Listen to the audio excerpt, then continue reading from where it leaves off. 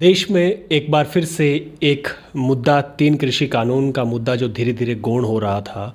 हालांकि काफ़ी किसान बैठे थे, काफ़ी किसानों ने शहादतें दी है, काफ़ी किसान जो है बताया जा रहा है 650 से ज़्यादा किसानों ने शहादतें दी हैं। अभी फ़िलहाल जिस प्रकार से एक कृषि कानूनों को लेकर एक कसमकश थी, उसमें कहीं ना कहीं थोड़ा सा विराम लगा है। थोड़ा सा इसलिए कहेंगे क्योंकि अभी तक घोषणा हुई है। घोषणा होने के बाद अभी बहुत सारी काम करने बाकी हैं, जिससे जो कृषि कानून वापस लिए जाएंगे। काफ़ी इस मामले में काफ़ी रार भी शुरू हो चुकी है। हमारे साथ वरिष्ठ पत्रकार गोपाल झा जी हैं, उनसे जानेंगे तमाम इस पूरे मुद्दे पर। देश का सबसे बड़ा मुद्दा है तीन कृषि कानून। किसानों का एक मुद्दा था गोपाल जी, तीन कृषि कानून केंद्र सरकार लेकर आई थी। उन्होंने कहा था भी एक जो किसानों के कहीं ना कहीं हितैषी कानून है, लेकिन किसान इसे मानने को तैयार नहीं थे। किसान कह रहे थे भी हमें हित नहीं चाहिए, हमें तीनों कृषि कानून वापस चाहिए। आज एक घोषणा, क्या समझेंगे आप? देखिए, आज तो बड़ा मतलब एक सुखद आश्चर्य हुआ। सुबह सुबह मैं गुरुद्वारा गया और वहाँ पर हम मत्था टेक के बाहर बैठे ही थे, तो एक सरदार जी आए और उन्होंने कहा साहब बधाई हो। मैंने किस बात की बधाई? मैं चलो आज तो गुरु पर्व है, इस तरह से गुरु नानक देव जी का प्रकाश उत्सव है। लेकिन उन्होंने जब कहा तो मैंने कहा साहब मैं तो नहीं देख पाया सुबह सुबह।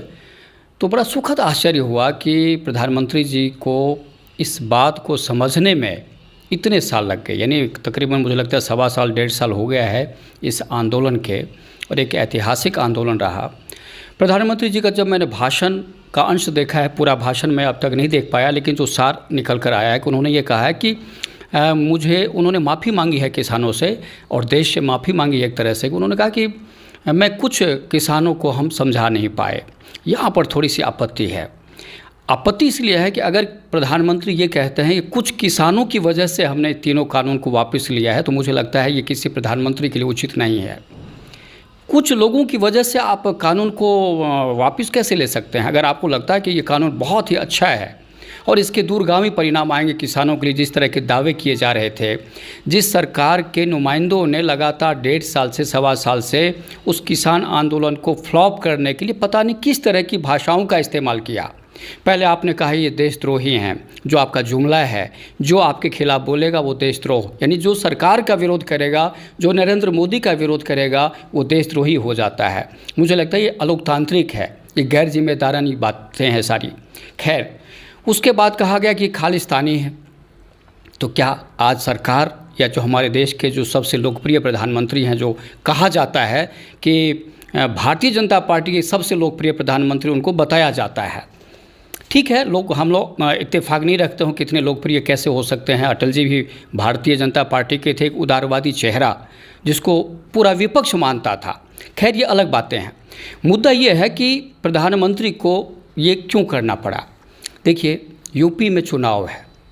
मैं एक बात कहता हूँ कि जो सत्ता है कुलदीप जी, इस सत्ता जो है हमारे अंदर एक अहंकार भी पैदा करती है और हमें घुटने टेकने के लिए मजबूर भी कर देती है। यानी सत्ता में देखिए क्या है ताकत। आज भारतीय जनता पार्टी की जो सरकार है, नरेंद्र मोदी जी की सरकार है। सीधे तौर पर अपने इस इशारे को समझ सकते हैं भी, आपने सत्ता पाने के लिए घुटने टेके और उसी सत्ता में आकर आपने अहंकार भी किया, अहंकार भी पाला था। आज वो अहंकार अपने कहा जा सकता है भी टूटा है। हालांकि हर वक्त ये बातें सामने आती थी भी शायद कृषि कानून वापस नहीं होंगे। पहले जब 26 जनवरी आई तब ऐसा लगा भी 26 जनवरी को शायद किसानों के विरोध को देखकर शायद कृषि कानून वापस ले लेंगे, लेकिन मेरे हिसाब से सारे विरोध फेल रह गए, सारी समीकरण फेल रह गए, लेकिन एक ही समीकरण काम किया भी, चुनाव ही। तो बिल्कुल जो मैं बता रहा था अभी आपको, जो बीच में एक बात रह गई कि ये जो सत्ता का जो खेल है ना, बहुत ही अजीब खेल है। और हम लोग देख रहे हैं कि 75 साल से जो आज़ाद भारत में जो ये खेल चल रहा है, वो बड़ा ही कई बार आप कह सकते हैं, अगर हम एक पत्रकार के तौर पर देखें तो लगता है कि रोमांचक खेल है सत्ता का। एक नागरिक के नाते जब मैं देखता हूं तो मुझे लगता है कि बहुत ही खतरनाक खेल है ये, जो आम आदमी के लिए बहुत ही बड़ा कठिन काम है ये। यूपी में हमने देखा कि यूपी का चुनाव जीतना भारतीय जनता पार्टी के लिए बहुत ज़रूरी है, बहुत ज़रूरी है। जिस तरह से बंगाल में ये कह रहे थे कि हम प्रचंड बहुमत से आ रहे हैं, और जिस तरह का माहौल तैयार किया गया था, चाहे वो हमारे मीडिया ने किया था, चाहे आरएसएस के हमारे मित्रों ने किया था, या भारतीय जनता पार्टी के लोगों ने किया था, किस तरह से आपने देखा कि तृणमूल को तोड़ रहे हैं, कॉमरेड आ रहे हैं, यानी वामपंथी है वो दक्षिणपंथी हो रहा है। इस देश में हमने ये भी देखा, लेकिन वहाँ की जनता ने नकार दिया, इनको नकार दिया ना। अब बैक हो रहे हैं सारे, जो बीजेपी में गए थे वो वापस तृणमूल में जा रहे हैं। तो वहाँ का खेल इनका खत्म हो गया। अब ये सारा का सारा जो 2024 का चुनाव है, लोकसभा का चुनाव, जो बहुत ही निर्णायक है नरेंद्र मोदी के लिए, ख़ास तौर पे बहुत निर्णायक चुनाव है। पूरे देश में जितने चुनाव हुए हमने देखा है कि किस तरह से भारतीय जनता पार्टी की फजीहत हुई है। देखिए, सत्ता आप हासिल करते हैं, कहते हैं लोकतंत्र का क्या है कि जनता का, जनता के लिए और जनता द्वारा शासन है। लेकिन यहाँ पर उल्टा हो गया। सत्ता जब तक हमें नहीं मिलती है तब तक तो हम लोक सेवक रहते हैं, जनता के एकदम घुटने तक हम हाथ लगाते हैं। लेकिन जो ही हम MP MLA या वरना कुछ भी बन जाते हैं, हम अपने आप को कुछ अलग दिखने, हम खास बन जाते हैं आम से। तो ये जो चेहरा है बहुत ही गलत है। तो मुझे लगता है कि इसका जो सत्ता से पूरा जुड़ा हुआ है कि पश्चिमी यूपी की जो स्थिति थी, बहुत ही खतरनाक स्थिति थी भाजपा के लिए।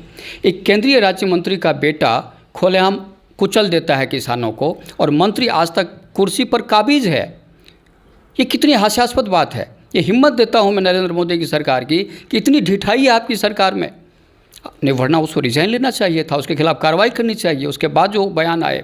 तो कुल मिलाकर ये जो कृषि कानून को लेकर जो किसानों का जो लंबा संघर्ष चल रहा था, और इतना बड़ा आंदोलन, मैं तो समझता हूँ कि जो मेरी उम्र के लोग हैं, हमने अपने उम्र में इतना बड़ा आंदोलन हमने नहीं देखा कभी, और इतनी शांतिपूर्वक आंदोलन था। जिस प्रकार से अभी फ़िलहाल कानून वापस लेने का आज गुरु पर्व के दिन मतलब एक घोषणा की गई थी, वही अंदाज, पुराना अंदाज, टीवी पे आना, रात 8 बजे के बाद आज से ये बंद हो जाएगा, यानी टीवी पर आकर घोषणा करना, ये 2014 के बाद से नया ट्रेंड शुरू हुआ है। पहले घोषणाएं होती थी, पता चलता था, लेकिन अब टीवी पे घोषणाएं होने लगी हैं, और हमेशा मतलब एक इलेक्ट्रॉनिक मीडिया के माध्यम से एक अलग संदेश देने का प्रयास किया जाता है। ये बातें अलग रही, लेकिन अभी फ़िलहाल आप एक वरिष्ठ पत्रकार हैं, आपके नाते दूरगामी परिणाम क्या रहने वाले हैं? क्या जो ये सत्ता पाने की जो प्रयास करेंगे, क्योंकि इससे सिंपैथी लेने का प्रयास करेंगे, किसान भी थोड़ा भूलने का प्रयास करेंगे, तो क्या इससे राजनीतिक लाभ इनको मिल पाएगा? जिस प्रकार का विरोध था, क्या वो विरोध एकदम ख़त्म हो जाएगा? नहीं, मुझे नहीं लगता है कि भारतीय जनता पार्टी को इस कानून को वापस लेने के बाद भी कोई बहुत ज़्यादा लाभ मिलेगा, मुझे नहीं लगता है। क्योंकि देखिए, आपने एक बात कही ना कभी कि टीवी पर आके बात कहना फिर चयन करना। देखिए, इस देश में 14 के यानी 2014 से एक नया ट्रेंड चला है राजनीति में कि मुद्दे गौण हो जाते हैं, आप भावना के साथ खेलिए। सिर्फ भावनात्मक मुद्दे पर ही राजनीति हो रही है भारतीय जनता पार्टी की, खासतौर पर नरेंद्र मोदी की। हिंदुत्व इनका मुद्दा, आज महंगाई, बेरोजगारी, भ्रष्टाचार, ये सब कोई मुद्दा नहीं है देश में। जबकि लोकतंत्र को मजबूत करने के लिए ये सारे मुद्दे होने चाहिए थे कि आज हमारे युवा भाई हैं, उनको अच्छी शिक्षा दीजिए आप हमारे बच्चों को, उसके बाद उसके नौकरी के लिए आप सोचिए। आपने कहा 2 करोड़ हम आपको रोज़गार देंगे, आज तो रोज़गार छिन गया ना सारा का सारा। देना तो और की बात है, लोग बेरोज़गार हो गए। इस पर हमारा ध्यान नहीं, जबकि सरकार का काम ये होता है। लेकिन सरकार क्या करती है? मंदिर की बात करती है, सरकार 370 की बात करती है, सरकार हिंदू मुस्लिम की बात करती है, सरकार पाकिस्तान की बात करती है। मैं कई बार कहता हूं कि अगर मुसलमान अगर शब्द ना हो, ये पाकिस्तान अगर ना हो, तो ये लोग चुनाव किस मुद्दे पे लड़ेंगे? ये भावनात्मक मुद्दे। तो आज भी जो हुआ है, आज हमारे प्रथम गुरु सिख धर्म के गुरु नानक देव जी का आज प्रकाश उत्सव है, और इस अवसर को ही चुना गया। इसी बहाने हम पंजाबियों को, सिखों को हम अपने, मुझे नहीं लगता है कि जो, देखिए मैं बहुत पहले एक बात मैंने कही थी, मैंने ट्वीट भी किया था उस वक्त। मैंने कहा साहब देखिए, ये जो सिख कौम है बहुत बलिदानी कौम है, इसको मत ललकारिए।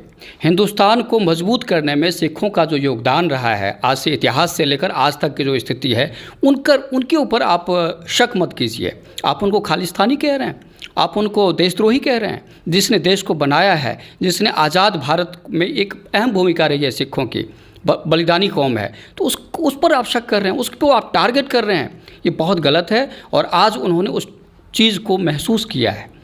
नहीं, अब आगे जैसे बात कही अपने, लगातार जिस प्रकार से इन्होंने विरोध दर्ज करवाया, और अभी किसानों की एक बहुत बड़ी जीत मानेंगे, क्योंकि किसानों ने संघर्ष किया, बलिदान दिया। बहुत सारे किसान आज भी अपने परिवार को खो चुके हैं, बहुत सारे अपने पिता का साया उससे उठ गया है, बहुत सारे ऐसे लोग हैं, बेवा हो चुकी है। मतलब काफ़ी ऐसा हमने देखने को मिला। लगातार जब मौतें बढ़ रही थी, शहीद हो रहे थे, आत्महत्या कर रहे थे, तो एक मन अंदर से झकझोरता था भी आखिर पीएम मोदी क्या चाहते हैं। हमारे मन में भी कभी कभार आता था भी आखिर मोदी जी चाहते क्या हैं, क्या देश यूं ही मर जाए। अभी फ़िलहाल उनकी शहादत का समय है और अभी 3 मांगे और चल रही है। अभी उन शहीदों को शहीद बनाया जाए जो शहीद हुए हैं, उसके अलावा जो मुकदमे दर्ज करवाए गए थे वो वापस लिए जाएं, और इसके अलावा एमएसपी गारंटी कानून भी बनाया जाए। तो ये 3 मुद्दे अभी तक और बाकी हैं। इसको लेकर आप क्या सोचते हैं? देखिए, अगर भारतीय जनता पार्टी अपने इतिहास को फॉलो करे तो मुझे लगता है कि उनको शहीद का दर्जा देना चाहिए। कैसे? क्योंकि आपको याद होगा कि 1975 में जब आपातकाल लागू किया गया था, जब इंदिरा गांधी ने किया, उसमें जो लोग जेल में गए थे, चाहे वो कोई भी गैर कांग्रेसी लोग थे, उनको बाद में बीजेपी ने क्या किया कि जब सरकार में आए तो उनको लोकतंत्र सेनानी का दर्जा दिया था, जिनको पेंशन दी गई थी इस देश में। तो जब लोकतंत्र को बचाने के लोग जेल जाते हैं और जेल जाने के बाद जब बाहर आते हैं और जब सत्ता आती है तो आप उसको लोकतंत्र सेनानी कहते हैं। तो जिसने शहादत दे दी, जो बिल्कुल मर गया जो आदमी, जिसका परिवार ही बिखर गया, तो उसको आप शहीद का दर्जा क्यों नहीं दे सकते? अगर उस पैटर्न पे आप देखें तो बाकी तो कथनी और करनी में बड़ा अंतर होता है राजनीति में। तो हमें लगता है कि जो प्रधानमंत्री हैं उनको ये सोचना चाहिए, और जो मांग है आंदोलनकारियों की, और मैं तो इसलिए भी थोड़ा संतुष्ट हुआ हूँ क्योंकि जिस तरह से हमारे देश का जो माहौल जिस तरह से क्रिएट किया गया था कि विपक्ष नहीं है इस देश में, हमने देखा कि चाहे वो कांग्रेस हो चाहे कोई भी पार्टी हो, सब फेल हो गई। विपक्ष के रूप में किसी ने अपनी भूमिका नहीं निभाई उस तरह से जैसे निभाना चाहिए था। ऐसी स्थिति में क्या हुआ कि आज किसानों ने दिखा दिया कि लोकतंत्र जिंदा है अभी। तो मुझे लगता है किसान जो भी आंदोलन से जुड़े हुए हैं, चाहे बड़े नेता हैं चाहे एक अदना सा कार्यकर्ता था, बधाई के पात्र हैं, और उनको हम सैल्यूट एक नागरिक के नाते इसलिए करते हैं कि उन्होंने लोकतंत्र को बचाने की पहल की और उसमें उनको कामयाबी मिली है। एक सवाल आपका ये था कि अब आगे क्या होगा। तो देखिए, अभी किसानों की जैसी मांग है, आपने कहा शुरू में कि किसान जो नेता हैं वो ये कह रहे हैं कि साहब अभी हम चुप नहीं बैठेंगे, अभी हम बाहर नहीं, कहीं नहीं जाने वाले हैं, जब तक आप इसको वैधानिक रूप से जैसे आप लेकर आए थे वैसे ही आप उसको संसद में सत्र लाइए और उस तरह से अपने वापस लीजिए। तो मुझे लगता है कि जो किसान नेता है उनको कहीं न कहीं प्रधानमंत्री की छवि पर जो उनका पुराना रहेगा, यू टर्न करने का जो तरीका रहा है, चाहे एफडीआई का मुद्दा हो, चाहे वो आधार का मुद्दा हो, चाहे वो कई मुद्दे हैं ऐसे, जीएसटी का मुद्दा हो, जहाँ पर उन्होंने यू टर्न लिया हमेशा। पहले सत्ता में आने से पहले उन्होंने कहा कि बिल्कुल ही बकवास है, और सत्ता में आने के बाद उन्होंने सब कुछ कर दिया। एफडीआई का आपको याद होगा, कांग्रेस जब लेकर आई तो उन्होंने कहा कि तो देश को बेचने की बात हो रही है, जबकि कांग्रेस उस समय 49 और 51 का आंकड़ा था, उनका रेशो था, लेकिन उन्होंने 100% कर दिया, यानी वहाँ पर देश नहीं बिक रहा है। जब ये करते हैं तो देश नहीं बिकता है, जो बाकी कोई करता है देश बिक जाता है। इन्होंने कहा कि निजीकरण का विरोध, अब निजीकरण देख लीजिए क्या बचा, रेल जा रही है, आपका हवाई अड्डा सारा चला गया, यानी कुल मिला के यू टर्न लिया है। तो किसान नेताओं का जो शक है मुझे लगता है कि वो जायज़ है, उचित है, और जब तक प्रधानमंत्री को भी चाहिए कि उनको आश्वस्त करें कि भाई लोग तो आपके ही हैं ना, भाई 600-700 लोग अगर उनकी मौत हुई है तो जिम्मेदार कौन है? जिम्मेदारी तो तय होनी चाहिए ना। अगर मैं आंदोलन कर रहा हूँ और उस कानून को आप आज वापस ले रहे हैं तो निश्चित रूप से सरकार के ऊपर दायित्व तो बढ़ गया है कि उन 700-600 जो भी मौत का आंकड़ा है जो है, उन लोगों के लिए भी कुछ वो घोषणा करें, ताकि उनके प्रति एक माहौल क्रिएट हो कि नहीं, सरकार हमारी है, जन कल्याणकारी सरकार है। ये थे हमारे साथ गोपाल झा। हम लगातार कृषि कानूनों को लेकर चर्चा कर रहे थे भी कृषि कानून जो है अभी फ़िलहाल कितना असर डालेंगे। जिस प्रकार की अचानक टीवी पर आकर एक घोषणा की है, तीनों कृषि कानून वापस लेने की मांग, किसानों की अपनी मांगे हैं, किसान चाहते हैं भी 3 कृषि कानून वापस की घोषणा हुई है, लेकिन जिस प्रकार से वैधानिक रूप से वो लेकर आए थे उसी वैधानिक रूप से वो वापस लें। उसी के साथ उनकी एक और मांग जो है सामने आई है, वो ये है भी जितने भी मुकदमे देश भर में किसानों पर हुए हैं वो वापस लिए जाए। और उसके अलावा एक जो उनकी जो मांग है वो साफ तौर पर है, जिस प्रकार से एमएसपी कानून के गारंटी की वो मांग लगातार कर रहे थे, उन्हें ये पता है भी ये एक बार आंदोलन खड़ा हो चुका है, बार बार ऐसा आंदोलन खड़ा नहीं होगा। तो कहीं ना कहीं किसान भी अपने आप में एक परिपक्व होना चाहता है, अपने आप में ये ख़ास तौर पर ये विश्वास करना चाहता है भी कहीं ना कहीं मोदी सरकार उनके पक्ष में है। क्योंकि जिस प्रकार से गोपाल झा जी ने कहा भी बीजेपी सरकार की आदत है यू टर्न लेना, तो कहीं किसानों को ये भी डर है भी बीजेपी सरकार यू टर्न ना ले ले। और ये बहुत ही अपने शर्मनाक बात कह सकते हैं भी देश के एक प्रधानमंत्री के लिए, जिस पे आम जनता और किसान विश्वास करने को तैयार नहीं है। हनुमानगढ़ से मेरे सहयोगी गुरुदेव सैनी के साथ कुलदीप शर्मा।